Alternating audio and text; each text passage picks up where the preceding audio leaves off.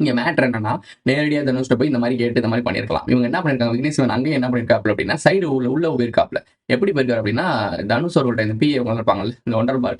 அங்க இருக்க மேனேஜர்ட்ட லைட்டா பேசி, "மாப்ள அது மாரி இந்த இந்த என்ஓசி அத மட்டும் குடுத்துரு" அப்டின்னேன். "ஏங்க இதெல்லாம் எப்படிங்க குடுக்க முடியும்? நம்ம தலைவர் சொல்லாம நம்ப முடியாது." டக்குனு மேல தலைமைக்கு குடுத்துட்டாப்ல. டான்ஸ் அவர்கிட்ட போனோனே, "ஓ! நீ இப்படிலாம் ட்ரை பண்றியா? ரைட்ரா." இவர் என்ன சொன்னாருன்னா, என்ஓசின்னு சொல்றான்ல, இது மட்டும் தான் குடுக்க மாட்டேன்னு. பட் இப்ப என்ன பண்றாய்ங்க, இவங்க இந்த மாரிலாம் பண்றத போய், ஓகே நான் தரமாட்டேன்னு தான் சொல்லிட்டு இருந்திருக்காரு. இவரு இவங்க பேச்சே கேட்காம அந்த கிளிப்ஸ யூஸ் பண்ணியிருக்கானுங்க இந்த ட்ரெய்லர்ல. ஏன்டா நான் குடுக்கவே மாட்டேன்றேன், என் பேச்ச கேட்காம எப்புட்றா நீ கிளிப்ஸ் யூஸ் பண்ணுவ? அந்த மேக்கிங் வீடியோன்னு சொல்லுவாங்கல்ல. குழு எடுத்த வீடியோ கிடையாது.